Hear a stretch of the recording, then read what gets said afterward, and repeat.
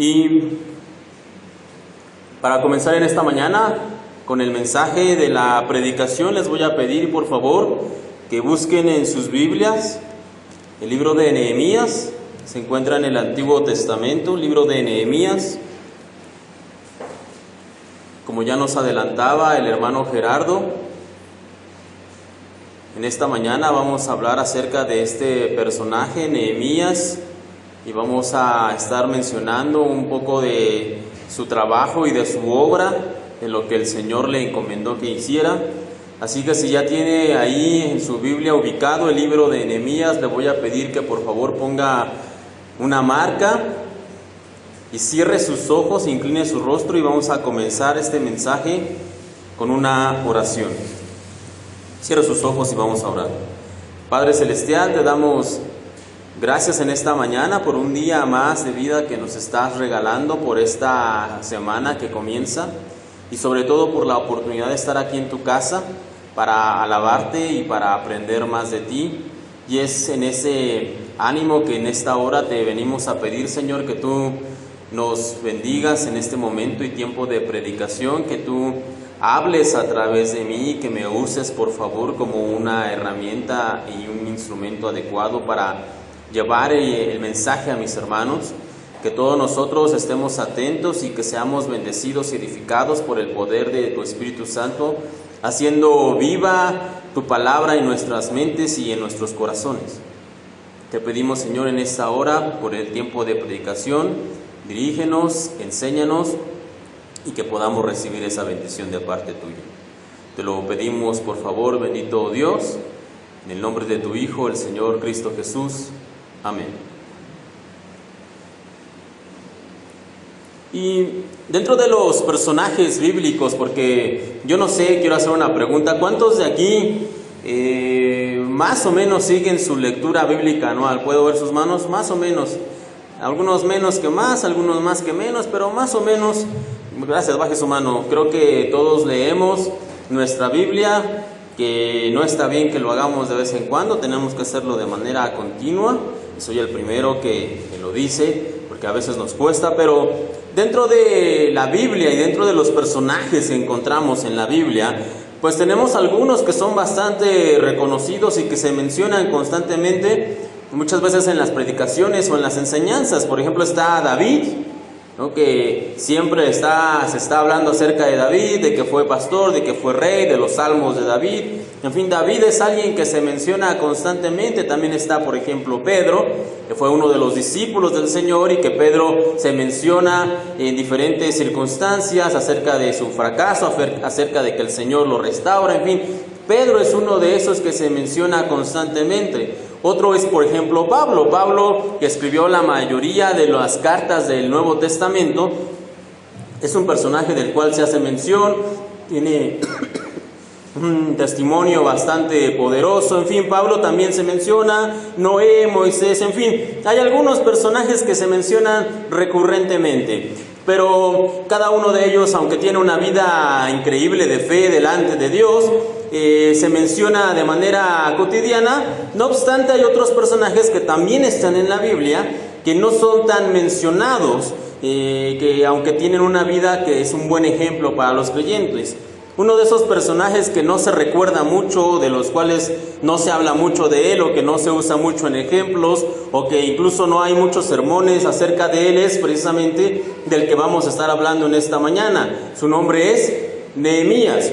Yo no sé a cuántos de ustedes les costó trabajo encontrar el libro de Nehemías, si tuvieron que buscarlo en el índice o ya lo sabían y llegaron ahí rápidamente. Pero en sí el libro de Nehemías y la persona de Nehemías no es un personaje muy conocido, no se menciona mucho, y no sé por qué, porque de hecho es un hombre que nos dejó grandes lecciones para nosotros los creyentes. Realmente la vida, el ministerio y el trabajo de Nehemías es uno de los personajes que debería ser de los más importantes y de los más conocidos. Y esta mañana, que comienza un nuevo mes, también vamos a iniciar una nueva serie de sermones, una nueva serie de mensajes que tiene por título Gente que Dios usa.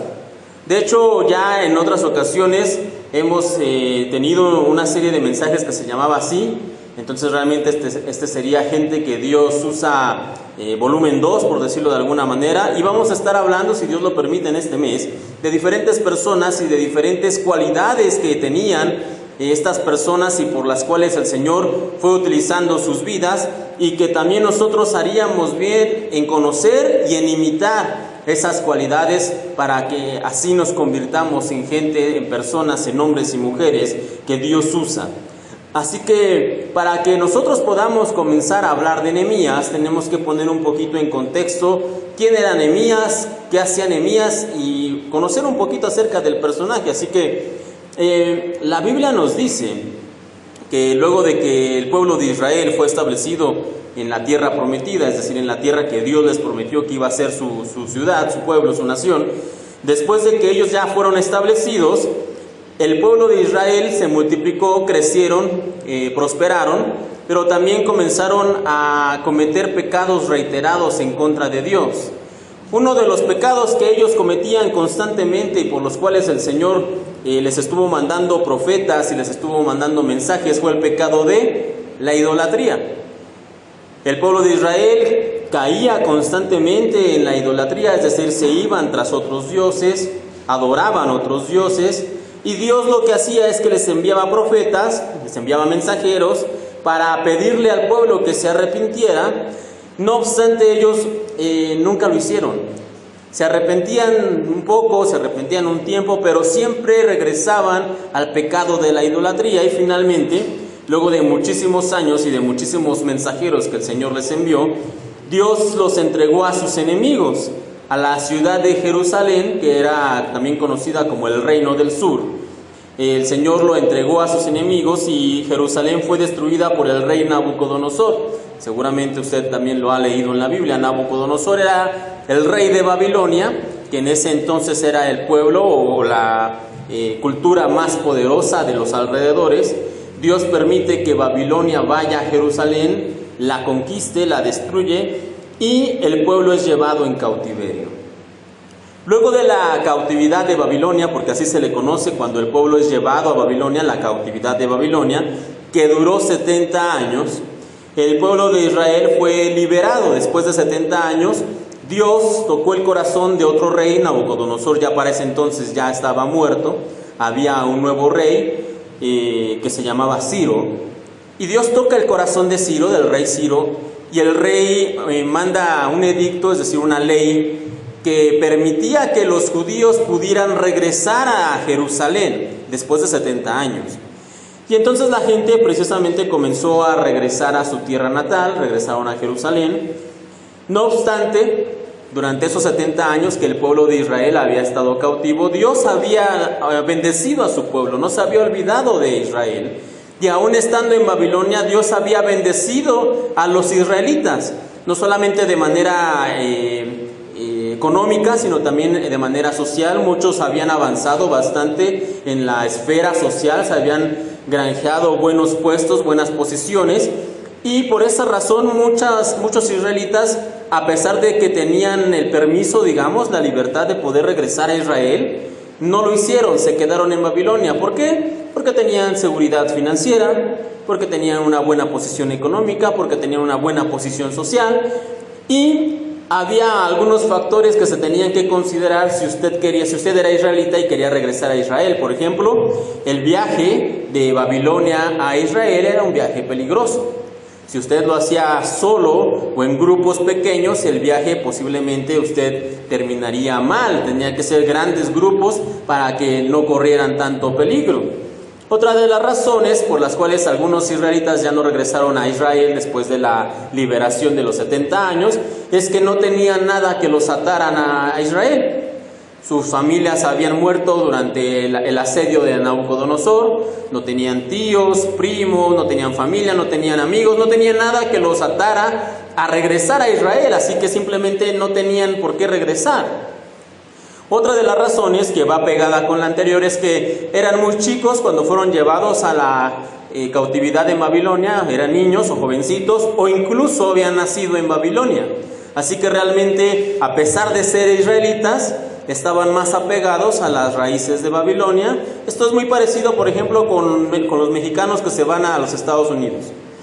Muchas personas cuando son pequeñitas o nacen inclusive allá en Estados Unidos no tienen ninguna raíz en México, aunque son mexicanos de nacimiento o por padres mexicanos, así que simplemente no tenían la intención de regresar a Israel. Y una última razón bastante importante por la cual mucha gente no regresó de inmediato a Israel es que la ciudad de Israel, el lugar como tal, era una ciudad insegura.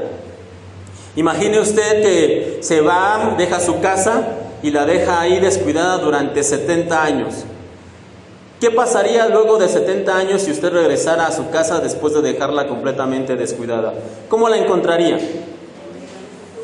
Posiblemente en ruinas, posiblemente saqueada, posiblemente destruida o quemada. Pues precisamente fue lo que pasó con Israel. Cuando Nabucodonosor, 70 años antes, fue y conquistó Israel, destruyó completamente la ciudad, es decir, arrasó con ella. Y durante los 70 años de cautividad no se permitió que la ciudad fuera reedificada. Había sí algunas cuantas casas, algunas chozas, pero por ejemplo en una ciudad en la antigüedad, para protegerse, lo primero que una ciudad tenía que construir eran muros, porque si no estaban expuestos a diferentes peligros como ladrones, saqueadores, conquistas, etcétera. Pero el rey Nabucodonosor no había permitido que la ciudad y los muros, en este caso de la ciudad, fueran reedificados. Por lo tanto, la ciudad de Jerusalén era insegura, constantemente recibía ataques, constantemente iban ladrones, constantemente iban saqueadores, y vivir en Israel era muy peligroso. Así que si yo estoy viviendo en Babilonia, tranquilo, disfrutando de la seguridad de los babilónicos, no me voy a regresar a Israel, piensan algunos, para sufrir esa inseguridad. Y es hasta cierto punto lógico.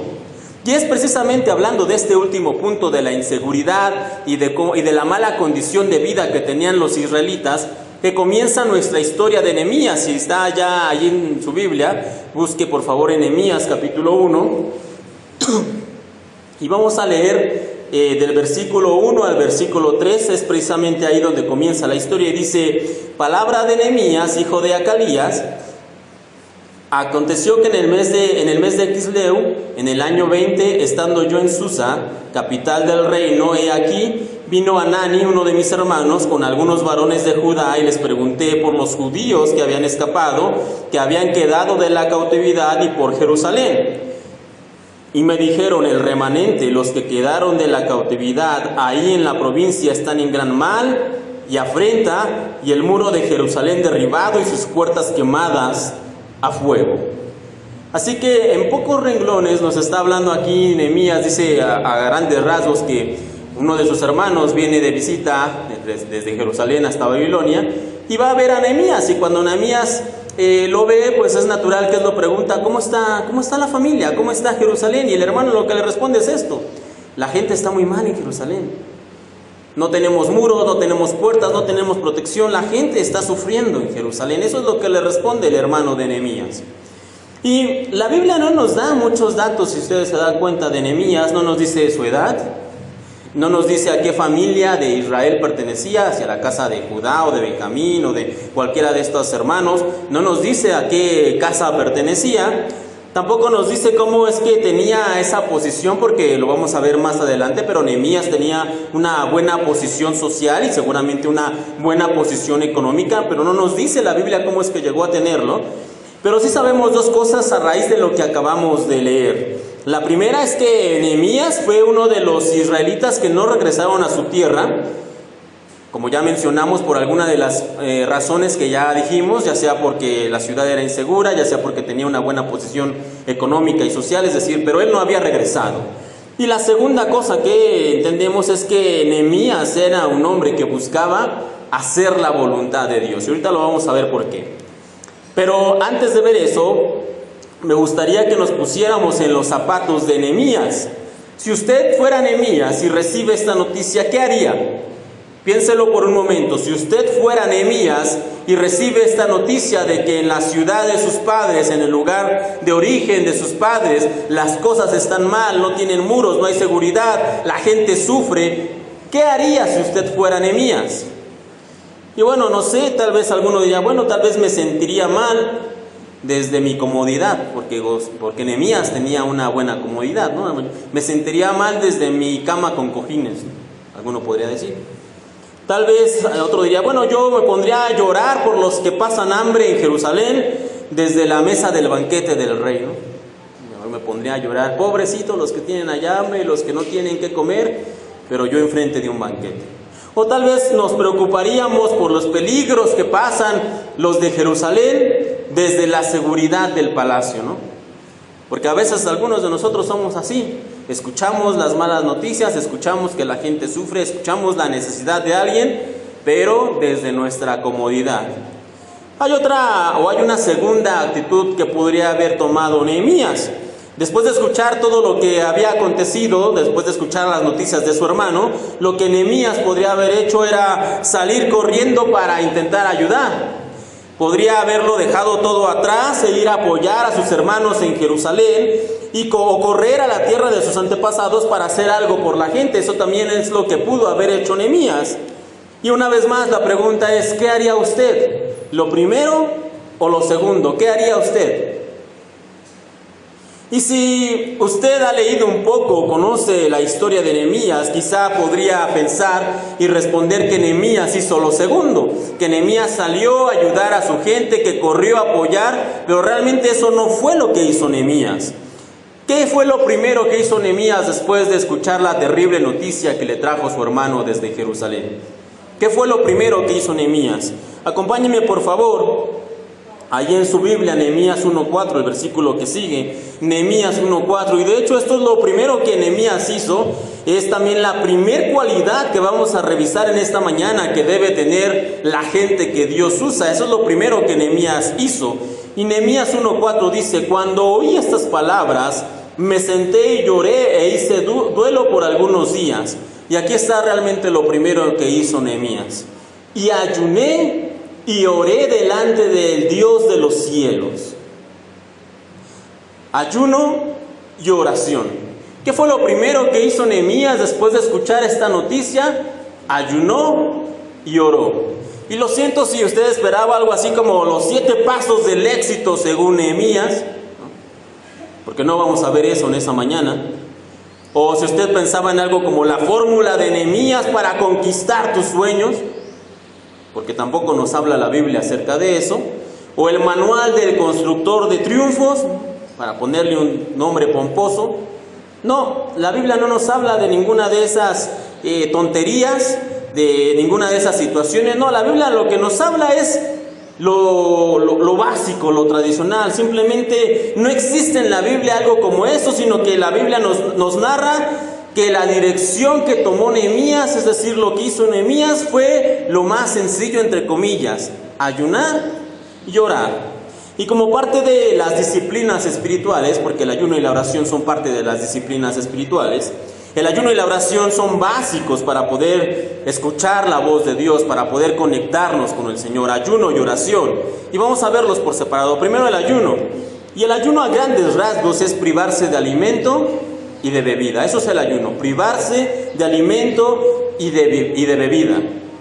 Pero nada tiene que ver con buscar que Dios haga algo por medio de matarnos de hambre. Ya lo hemos dicho en otra ocasión. Si yo lo que quiero es torcerle la mano a Dios por medio del ayuno, si yo lo que quiero es que Dios vea que me estoy muriendo de hambre, que me estoy haciendo huelga de hambre para que Él haga algo por mí, eso no es ayuno. Si yo simplemente estoy dejando de comer con la intención de que Dios haga algo para mí, eso no es ayuno, eso es hacer dieta, pero eso no es ayunar.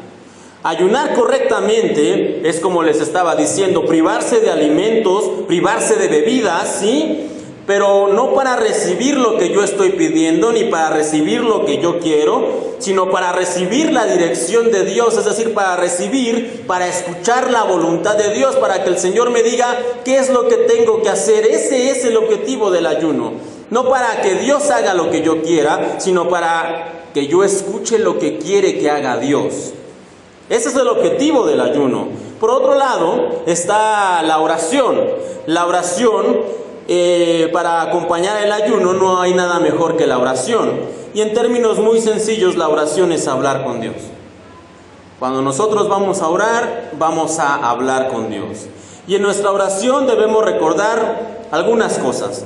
Primero que nada, reconocer que Dios está por encima de todo, Cuando nosotros oremos debemos reconocer eso. Cuando nosotros oremos debemos someternos a la voluntad de Dios, es decir, hágase tu voluntad y no la mía. Cuando nosotros oremos debemos pedir por nuestras necesidades con fe, esperando que realmente el Señor conteste. Y cuando nosotros oremos debemos agradecer lo que Dios ha hecho. Son algunos de los elementos que no tenemos que olvidar en nuestra oración. Y a grandes rasgos les decía, estos son los elementos básicos para dirigir nuestra oración a Dios. Nehemías no fue apático a la situación difícil que vivían sus hermanos, no, pero tampoco corrió tras sus emociones sin consultar al Señor. No hizo ni una cosa ni la otra. No fue apático, pero tampoco corrió simplemente porque sentía que tenía que ir a ayudar. No, lo que hizo Nehemías fue ayunar y orar, las dos cosas que Nehemías practicó delante del Señor, y entonces él recibe la dirección, recibe la voluntad, recibe lo que tenía que hacer. Y estoy seguro de que muchas veces cada uno de nosotros hemos necesitado recibir la dirección de parte del Señor. En alguna decisión, en alguna prueba, en alguna dificultad, hemos necesitado que Dios nos diga qué es lo que tenemos que hacer. Y la pregunta es, ¿practica usted esto? ¿Practica usted el ayuno y la oración? Porque queremos recibir la dirección del Señor, pero no ayunamos. Queremos escuchar la voz de Dios, pero no oramos. Entonces, ¿cómo quiero yo recibir la voluntad y escuchar la voz de Dios si no ayuno y si no oro? Esto es básico. Nosotros podemos venir cada domingo a la iglesia, podemos escuchar muchas predicaciones, podemos leer la Biblia, leer muchos libros, estudiar mucho, pero ninguna de esas cosas va a sustituir el principio del ayuno y la oración, que es ahí donde recibimos en el ayuno y la oración la dirección y la voz de Dios. En el ayuno y la oración. Como les decía, luego de ayunar y orar, Nehemías queda seguro que es lo que él tiene que hacer, solamente que no sabe cómo lo va a hacer. Nehemías sabe, después de ayunar y orar, que tiene que regresar y tiene que ayudar a sus hermanos. Él sabe que tiene que hacerlo, solamente que no sabe cómo hacerlo. ¿Por qué? Porque en ese entonces, en ese tiempo, en ese momento, Nehemías tenía una muy buena posición social en el reino. Nehemías era el copero del rey. Y puede que ese título, copero del rey, no suene nada atractivo, no suene muy pomposo, no suene, pues no nos diga mucho realmente qué copero del rey. Pero el copero del rey, en este caso el copero del rey que estaba ahí, Artajerjes, ese se llamaba el rey, tenía básicamente dos funciones. La primera, que el copero tenía que probar tanto los alimentos como la bebida del rey para cerciorarse que no tuvieran veneno, que no estuvieran envenenados. Esa era la función principal. Pero por otro lado también el copero del rey, al ser un hombre tan cercano, al ser un hombre de confianza, al ser una persona básicamente la mano derecha del rey, también tenía una posición de autoridad y de decisiones en el reino. Era una persona que en cierto modo ayudaba a gobernar al rey. Así que realmente Nehemías no podía simplemente dejar su puesto, dejar su posición. Él no tenía la libertad para despedirse un día e irse, porque él estaba al servicio del rey. Y la Biblia nos dice que estando en esa situación, lo que sucedió es lo siguiente. Acompáñame ahora en Nehemías capítulo 2, el siguiente.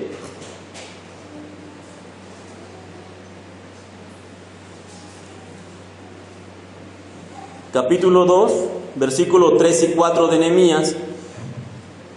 Nehemías, les digo, ya tenía el objetivo, ya sabía qué era lo que él tenía que hacer. Tenía que ir a ayudar a sus hermanos, solamente que él no sabía cómo lo iba a hacer.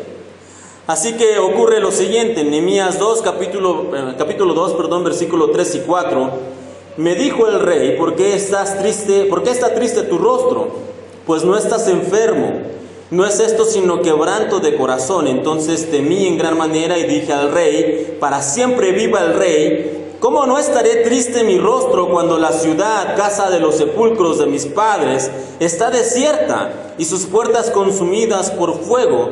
Me dijo el rey, ¿qué cosa pides?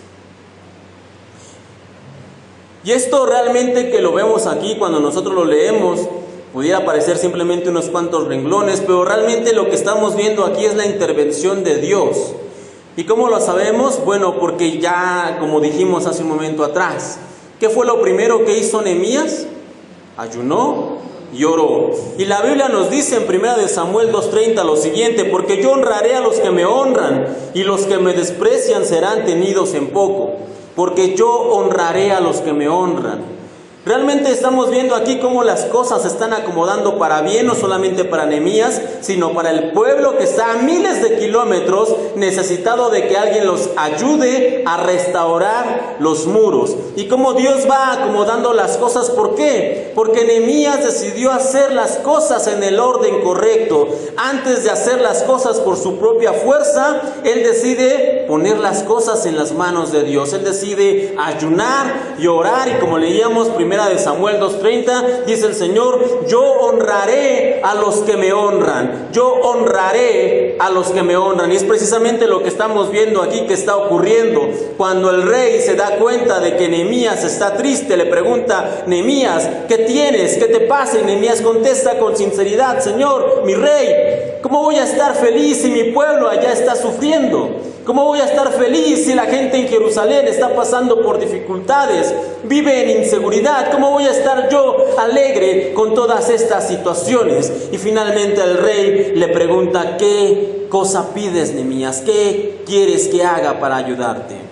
Y si Nehemías hubiera ido al rey a pedir ayuda para su pueblo, pero confiando en su propia autoridad, confiando en su posición, claro, diría Nehemías: yo soy el copero del rey, tengo el derecho de venir ante el rey y pedirle que me ayude. Si Nehemías hubiera hecho eso, en lugar de ayunar y orar, la respuesta que Nehemías habría recibido sería un no.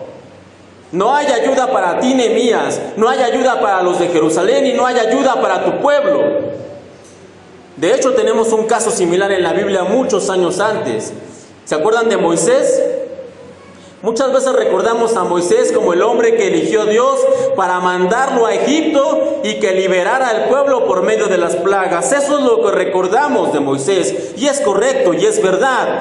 Pero 40 años antes de que eso ocurriera, 40 años antes de que el Señor mandara a Moisés para liberar al pueblo, Moisés ya sabía cuál era su tarea. Moisés ya sabía que él era judío y que él iba a liberar el pueblo, pero 40 años antes de que el Señor lo acompañara, Moisés quiso hacerlo por su propia mano. Y nos dice la Biblia que Moisés estaba en un lugar donde estaban los esclavos, y uno de los egipcios estaba maltratando a un esclavo judío. Y cuando Moisés vio esto, dice que se acercó con el egipcio y lo mató.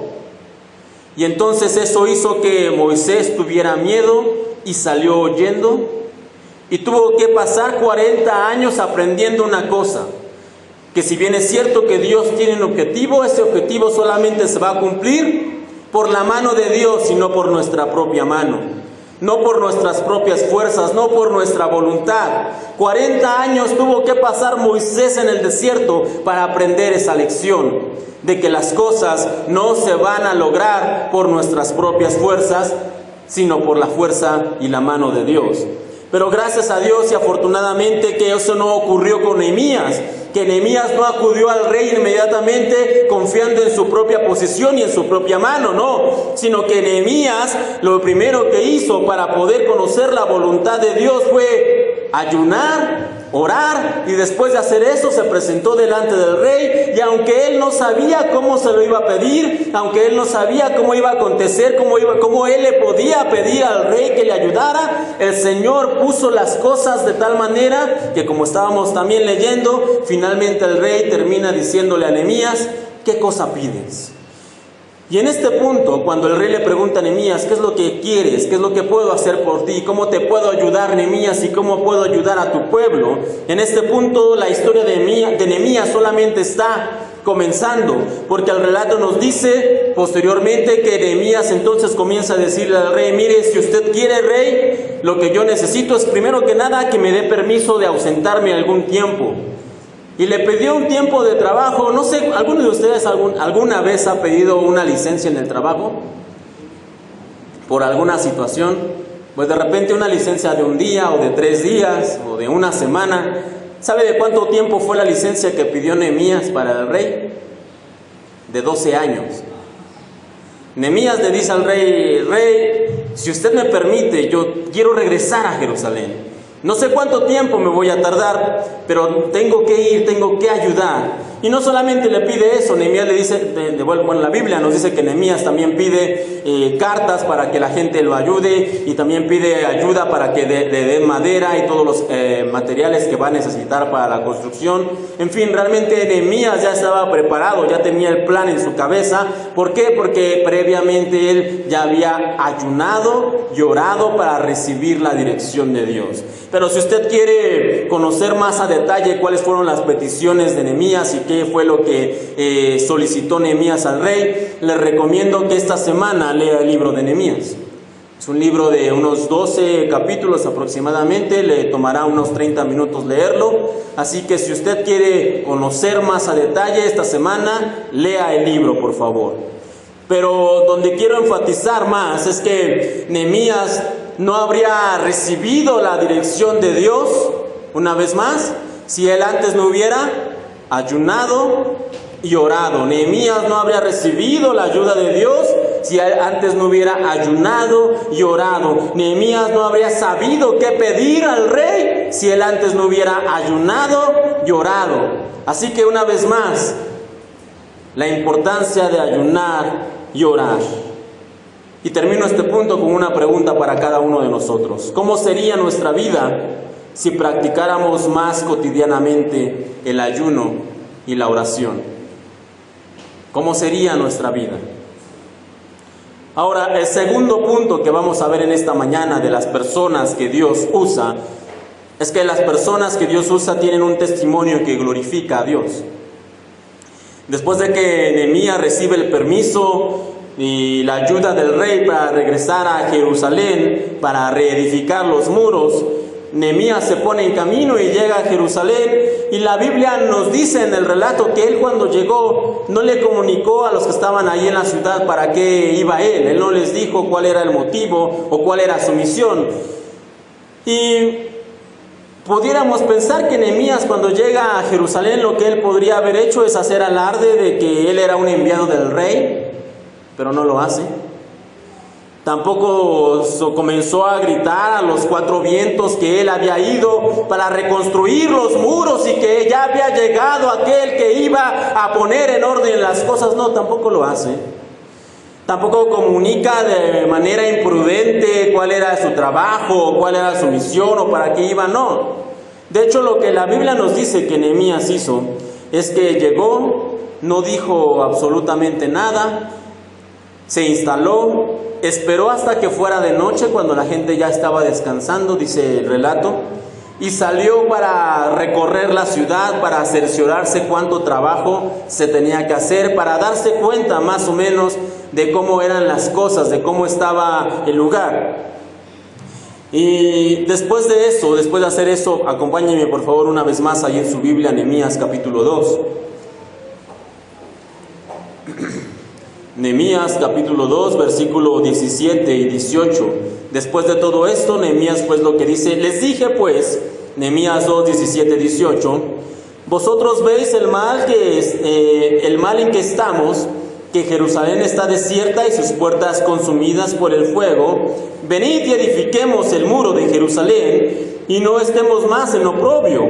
Entonces les declaré cómo la mano de mi Dios había sido buena sobre mí, y asimismo las palabras que el rey me había dicho, y dijeron: levantémonos y edifiquemos. Así esforzaron sus manos para bien. Note que Nehemías, cuando por fin revela cuál es el objetivo por el cual había ido a Jerusalén, no hace alarde tampoco de su posición y de su autoridad que tenía de parte del rey. Tampoco dice cómo Dios lo había enviado en una misión especial y que Dios lo había elegido a él, a Nehemías, para reedificar el muro. No, eso no es lo que dice Nehemías.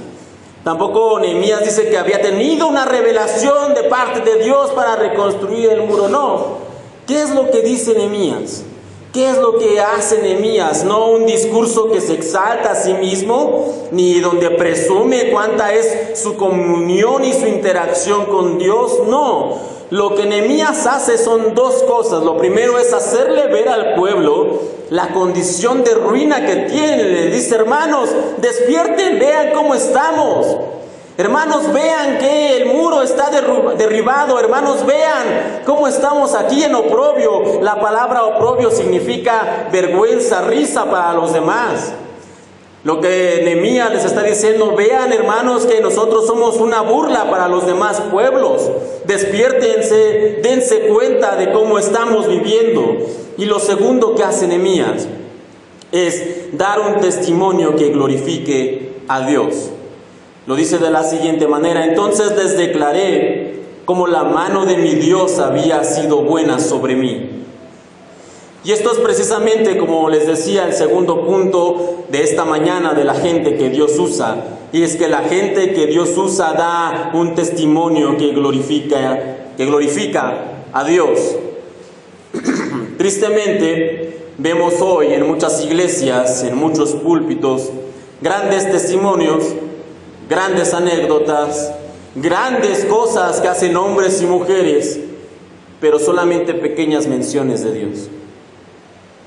Como les hablaba en esta mañana en la escuela dominical, seguramente a muchos de nosotros nos ha tocado escuchar personas que cuentan sus testimonios y que les dan 45, 50 minutos para hablar acerca de las cosas o de su testimonio y de vida, y vemos como mucho de ese tiempo es gastado en lo malo que ellos eran y lo que hacían y lo que se inyectaban y lo que metían a sus cuerpos y el dinero que ganaban y la cantidad de cosas malas que hacían en sus vidas pasadas. Y de los 45 minutos, 40 minutos los ocupan para eso, para hablar acerca de todo eso, a vida pasada. Y después de todo eso dejan por ahí 5 escuetos minutos para mencionar y decir: y luego me hice cristiano y gloria a Dios. Y realmente no debería ser el testimonio de una persona en menor medida la vida pasada y en mayor medida la nueva vida que Dios ha hecho en mí. ¿No debería ser así un testimonio? De hecho, cuando el apóstol Pablo hablaba de su testimonio, porque en varias ocasiones en el Nuevo Testamento vemos cómo Pablo habla acerca de su conversión, él efectivamente hablaba de su vida pasada, pero solamente como una introducción. Él usaba esa parte de lo que él era antes solo como una plataforma de despegue, y luego se centraba en hablar en el cambio que el Señor había hecho en su vida y en glorificar a Dios. Es decir, si lo ponemos con el ejemplo anterior, él hablaba 5 minutos de su vida pasada y 40 minutos glorificaba a Dios. Y esa es la actitud que debe tener una persona que Dios usa. Debe tener un testimonio, debe tener una vida que esté constantemente glorificando a Dios. Y la pregunta para ustedes o para nosotros ahora sería: ¿cuántas veces al día glorificamos el nombre de Dios? Y no me refiero a dar gracias a Dios, porque lo hacemos, damos gracias a Dios por el día, por la comida, por la vida, por la salud, y eso está bien. Pero no, me refiero a realmente glorificar a Dios, glorificar su nombre, glorificar las cosas que Él hace en nosotros. Por ejemplo, si nos felicitan por un buen trabajo, ¿glorificas a Dios? Si tu jefe o la persona que está a cargo te dice: oye, ¿sabes qué? Tu trabajo este mes, esta semana, en este tiempo, en este periodo ha sido muy bueno. ¿Qué es lo que haces? Sí, es que así soy yo, un buenazo siempre. ¿O qué es lo que hacemos?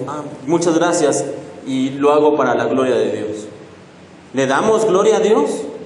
¿Nos hacen un cumplido por una buena cualidad de carácter? Es que tú eres calmado, que tú eres tranquilo, eres una persona serena, eres una persona que da seguridad. ¿Nos hacen algún cumplido por alguna de esas cualidades y le damos gloria a Dios? Dicen: bueno, es que de hecho antes era todo lo contrario. No era una persona tranquila, era una persona iracunda, pero gracias a Dios Él me ha transformado. ¿Damos gloria a Dios? Si hablan bien de tu familia, por ejemplo: oye, ¿sabes qué? Tus hijos se ve que son bien portados, qué bueno, no sé qué tipo de disciplina tengas en casa, pero tus hijos realmente son un ejemplo. Y cuando te dan ese tipo de cumplidos, ¿le das gloria a Dios? O simplemente lo aceptamos y decimos, no, mira, lo que yo hago es lo siguiente. Punto número 1, punto número 2. O realmente le damos la gloria a Dios. Así como Nehemías, que reconoció la gloria de Dios y habló de la bondad del Señor con él, nosotros debemos buscar constantemente en nuestras charlas cotidianas darle la gloria a Dios y hablar de la bondad que Dios ha tenido en nuestras vidas. Así que debemos pedirle al Señor que nos ayude a reconocerlo públicamente, que nos ayude a hablar de su bondad y a glorificarlo a Él en nuestras charlas cotidianas. Ayuno y oración, que fue el primer punto, y el segundo punto es dar un testimonio que glorifica a Dios. Y esos son los dos rasgos de la gente que Dios usa que vamos a ver en esta mañana. Ahora acompáñenme por favor, ahí en su Biblia, en Nehemías capítulo 3.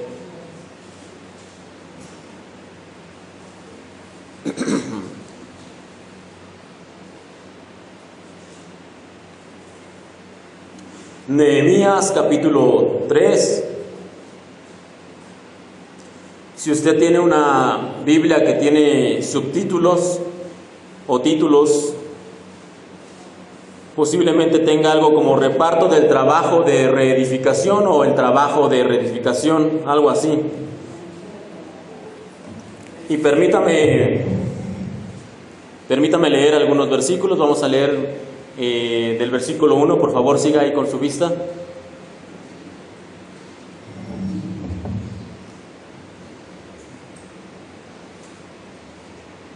Entonces se levantó, versículo 1, capítulo 3, entonces se levantó el sumo sacerdote Eliasib con sus hermanos los sacerdotes y edificaron la puerta de las ovejas. Ellos arreglaron y levantaron sus puertas hasta la torre de Amea y edificaron hasta la torre de Hananel. Junto a ella edificaron los varones de Jericó, y luego edificó Zacur, hijo de Imri. Los hijos de Sena edificaron la puerta del pescado. Ellos la enmaderaron y levantaron sus puertas con sus cerraduras y sus cerrojos.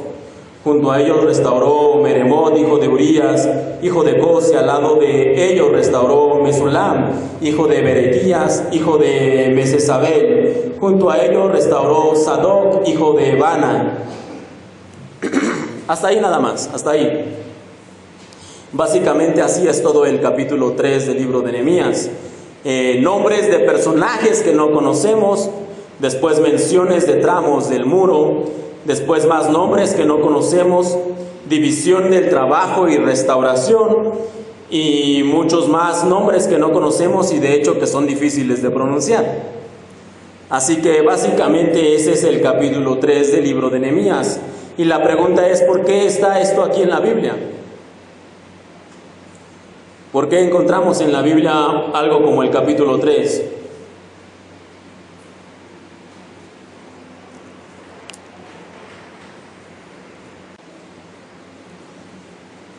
¿Cuántos de ustedes han pasado por este tipo de capítulos en la Biblia? Y si somos honestos, muchas veces cuando llegamos a estas secciones, lo que hacemos es que lo leemos muy rápido, o si somos ya muy honestos, lo mejor que hacemos es que nos lo saltamos hasta que continúa la historia. No sé si a alguno de ustedes les ha pasado, o no sé si soy el único que lo hace, ¿no? Pero que veo aquí bastantes manos.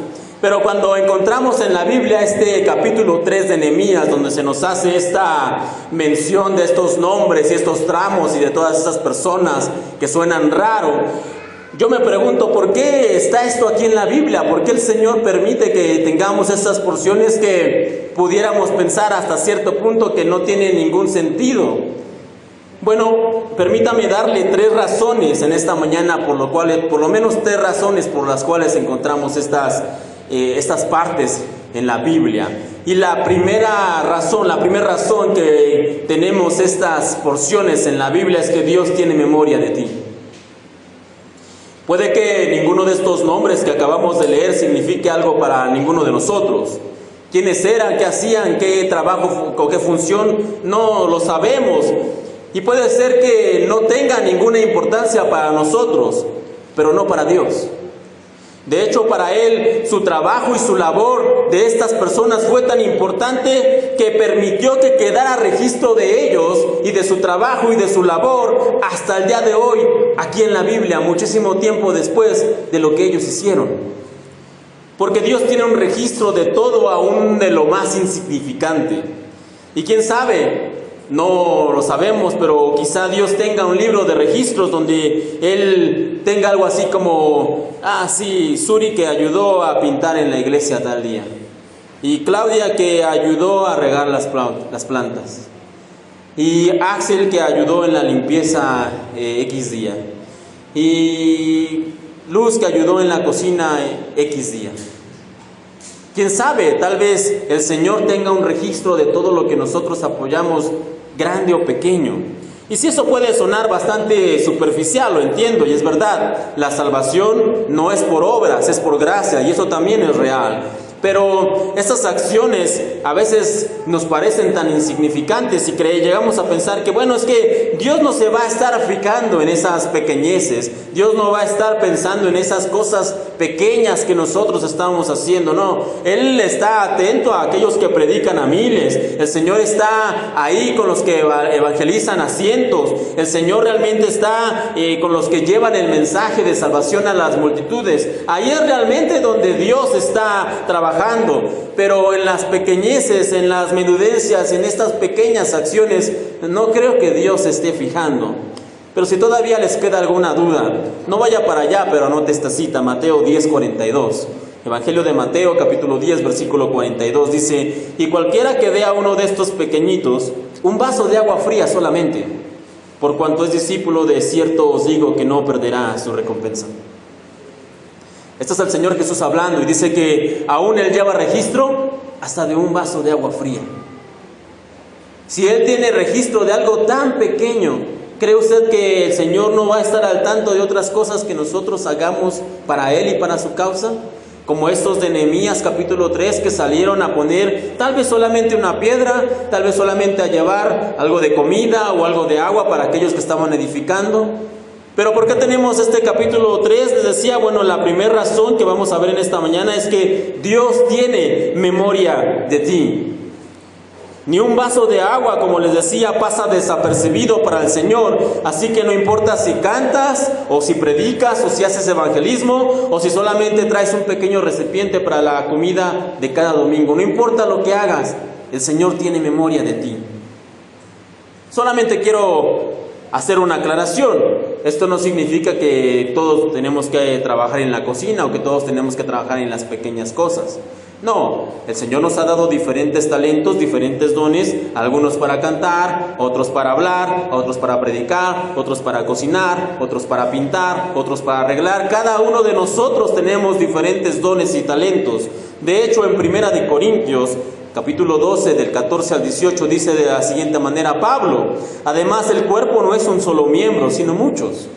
Si dijera el pie, porque no soy mano, no soy del cuerpo, ¿por eso no sería parte del cuerpo?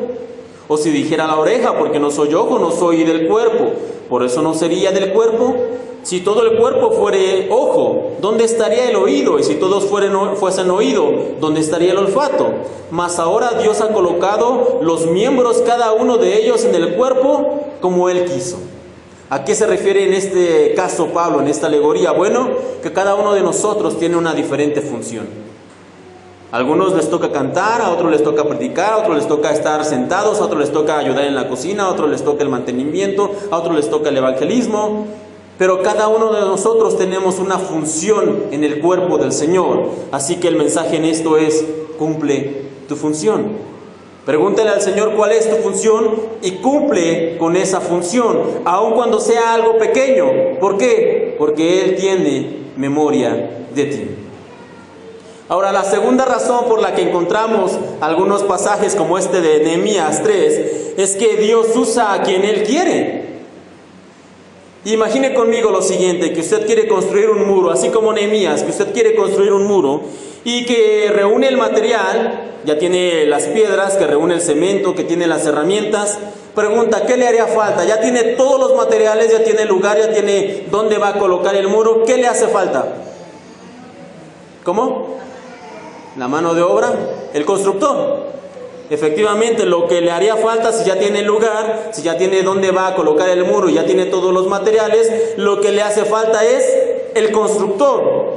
Y es interesante, si usted lee en esta semana Nehemías, lea con detalle el capítulo 3, pero es interesante que en Nehemías 3, de los que salieron a construir el muro, hay sacerdotes, hay gobernadores, hay plateros, hay perfumistas, hay levitas, hay jóvenes, hay mujeres, hay comerciantes, pero no se menciona ni un solo albañil, ni un solo constructor.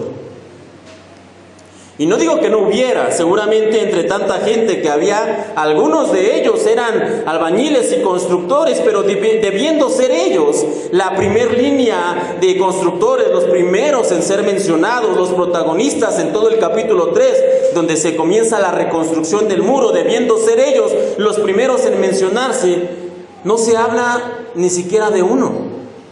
No hay albañiles y no hay constructores. ¿Y esto por qué? Los que salieron a reedificar el muro quizá no eran los más aptos. Tal vez en su vida habían construido algo. Tal vez no eran los más capacitados o los más hábiles. Pero una cosa sí hicieron. Salieron cuando se necesitaba trabajar. No eran constructores expertos, pero Dios los escogió para ser mencionados en la Biblia y Él dejó como ejemplo para nosotros, pues si algo nos enseña la Biblia es esto, que Él usa a quien Él quiere. Él puede utilizar a un joven que fue vendido como esclavo por sus hermanos para salvar a toda su familia. Él puede utilizar a un anciano pastor para regresar a Egipto y liberar a un pueblo. Él puede usar a una mujer extranjera para convertirse en reina y salvar a todo Israel.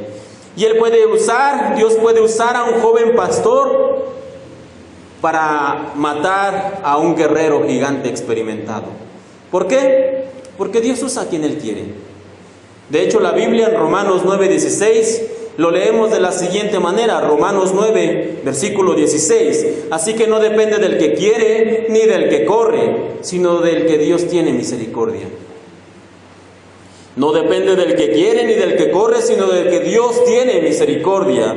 Y Primera de Corintios, para complementar la idea, Primera de Corintios, capítulo 1, versículo 26 en adelante, dice: miren, hermanos, nuestra vocación, que no somos muchos sabios según la carne, ni muchos poderosos, ni muchos nobles, sino que lo necio del mundo escogió Dios para avergonzar a los sabios, y lo débil del mundo escogió Dios para avergonzar a lo fuerte, y lo vil del mundo y lo menospreciado escogió Dios, a lo que no es, para deshacer lo que es, a fin de que nadie se jacte en su presencia. Una vez más, Dios elige a quien Él quiere. Y en esta mañana, si nosotros estamos aquí escuchando este mensaje de parte del Señor, debemos recordar que no estamos aquí por ser los más poderosos, ni los más brillantes, ni los más capacitados, ni los más elocuentes, sino que estamos aquí solamente por una cosa, porque Dios tuvo misericordia de nosotros y que Él usa a quien Él quiere. Que Dios tuvo misericordia de nosotros y que Él usa a quien Él quiere. Por eso estamos aquí en esta mañana. La tercera razón por la cual hay capítulos como el de Nehemías 3 es que necesitamos una cosa, necesitamos humildad verdadera. Como les decía, luego de leer este capítulo 3 de Nehemías, usted se va a dar cuenta que falta alguien. Y no me refiero a los constructores expertos, eso ya dijimos que no están ahí. Pero después de leer Nehemías 3 se va a dar cuenta que alguien falta. Y es bastante notorio porque el que falta es el que recibió la noticia de cómo estaba el pueblo con los muros destruidos. Es el que ayunó y oró para recibir la dirección de Dios. Es el que consiguió los permisos y las cartas para construir el muro. Es el que calculó el trabajo que tenía que realizarse. Es el que organizó a la gente para iniciar la construcción. Y efectivamente ya adivinó a quién nos estamos refiriendo. El que falta en el capítulo 3 de Nehemías es Nehemías. Nehemías no está por ningún lado en el capítulo 3 cuando la construcción comienza, cuando el muro se inicia para reconstruirse. Nehemías no está en ningún lado. Y sé que les dije que en esta mañana solamente veríamos dos características, pero permítame agregarle una más en esta mañana. Dijimos que está el ayuno y la oración. Segundo, dar un testimonio que glorifique a Dios. Y la tercera característica de la gente que Dios usa es la humildad. El hecho de que Nehemías no se mencione en el capítulo 3, en el inicio de la obra de construcción del muro o reconstrucción del muro, no significa que él no esté ahí. De hecho, se nota que él es quien está ahí, él hace la organización, él lleva el registro del trabajo, él es quien supervisa el avance, pero él mismo no se menciona. Y la pregunta aquí es ¿por qué? ¿Por qué no se menciona él mismo? Bueno, porque Nehemías está ahí para dirigir la reconstrucción del muro, no para hacerse publicidad. No para que la gente diga, wow, mira, Nehemías vino y está construyendo y está levantando. Ya me imagino ahí a Nehemías tomando el celular y haciéndose una selfie para el Facebook diciendo, aquí reconstruyendo al muro. No, Nehemías está ahí para trabajar, no para hacerse publicidad. Y la humildad no solamente es no hacer alarde de las virtudes, no solamente consiste en eso, sino que también consiste en reconocer nuestras limitaciones. La humildad no solamente es no hacer alarde de nuestras virtudes, sino que también es reconocer nuestras limitaciones. Y Nehemías bien podría haber resumido todo el capítulo 3 de la siguiente manera. Luego de organizar a las personas dispuestas a trabajar, se inició la reconstrucción del muro bajo mi supervisión. Nehemías podría haber resumido todo el capítulo 3 de esa manera.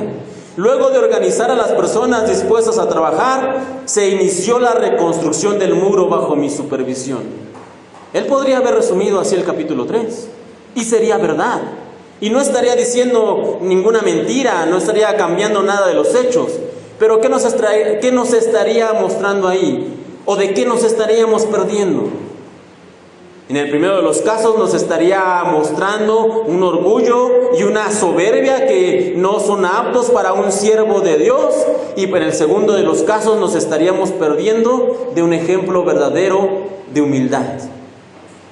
Por eso es que Nehemías escribe todo el capítulo 3 haciendo memoria y contándonos de todos aquellos de los que participaron en el trabajo de la reconstrucción del muro. Y nótese que no nos dice que se hicieron mucho, que se hicieron poco, que si uno trabajó más, que si uno trabajó menos. No, simplemente él hace mención, hace un conteo, dice los que estuvieron ahí y les da el reconocimiento. Y él ni siquiera se menciona. ¿Cuánto tenemos todavía que aprender de Nehemías? ¿Y cuánto tenemos que aprender de la humildad de este hombre? Porque primero da la gloria a Dios, como ya lo vimos. Segundo, reconoce la labor y la ayuda del pueblo. Y tercero, nunca busca el reconocimiento, la honra o los aplausos. ¿Cuánto tenemos todavía que aprender de hombres y mujeres como Nehemías? La humildad no consiste solamente, les decía, en no hacer alarde de nuestras virtudes, sino que también es reconocer nuestras limitaciones. Si bien es cierto que Nehemías tenía una misión de ir y reconstruir el muro, Nehemías no podía hacerlo solo. Necesitaba la ayuda del pueblo, necesitaba la ayuda de los gobernantes, necesitaba el material, necesitaba la mano de obra para poder hacer las cosas. Y este muro que había estado tirado, esta ciudad que había estado desprotegida por casi más de 90 años, ¿sabe cuánto tiempo le tomó a la gente y a Nehemías reconstruir de nuevo el muro? 52 días. Lo que no pudieron hacer en más de 90 años, cuando se ponen en las manos de Dios, cuando un hombre como Nehemías ayuna, ora, glorifica a Dios y vive en humildad, lo que no se hace en 90 años, se construye en 52 días. Y esa es la diferencia de hacer las cosas según el orden de Dios o según nuestras propias fuerzas. 90 años o 50 días. ¿Qué es lo que usted prefiere? El apóstol Pablo, otro hombre de Dios que bien pudo elegir el camino del orgullo y de la soberbia y decir, yo hago, yo digo, yo sé, yo conozco, yo he visto, pero no, él también eligió el ser humilde delante de Dios y reconocer que Él no podía hacer las cosas por sí mismo. Describió la humildad de la siguiente manera, y con esto terminamos. Primera de Corintios 15:10. Sin embargo, lo que ahora soy, todo se debe a que Dios derramó su favor especial sobre mí, y no sin resultados, dice Pablo. Pues he trabajado mucho más que cualquiera de los otros apóstoles. Y aquí podríamos detenernos y decir: oye Pablo, tranquilo, estás presumiendo mucho, estás diciendo que tú eres más que los demás apóstoles. Estás hablando de que tú eres más que los demás. Primera de Corintios 15:10. Dice: pues he trabajado mucho más que cualquiera de los otros apóstoles. Pero Pablo continúa diciendo: pero no fui yo, sino Dios quien obraba a través de mí por su gracia. Pero no fui yo, dice Pablo, sino Dios quien obraba a través de mí por su gracia. Esa es la humildad que nosotros debemos pedirle a Dios que forme en nosotros, que forme en nuestras vidas. La humildad que dice: muy bien, hemos hecho, hemos trabajado, hemos logrado, pero no fui yo. Fue Dios quien por su gracia me utilizó a mí como un simple instrumento. 3 son las características de la gente que Dios usa, de las cuales hemos hablado en esta mañana. La primera, ayuno y oración. Si nosotros ayunamos y oramos, conoceremos la voluntad de Dios y escucharemos la voz de Dios. La segunda, dar un testimonio que glorifica a Dios.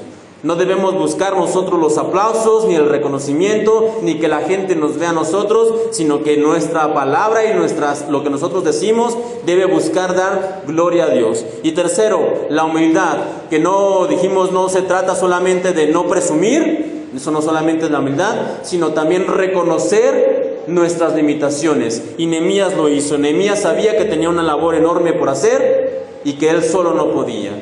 ¿Y qué es lo que hace? Glorifica a Dios y pide ayuda al pueblo, y la obra se termina en 52 días. Pidamos al Señor que estas 3 cualidades Él las forme en nosotros. Cierre sus ojos, vamos a orar.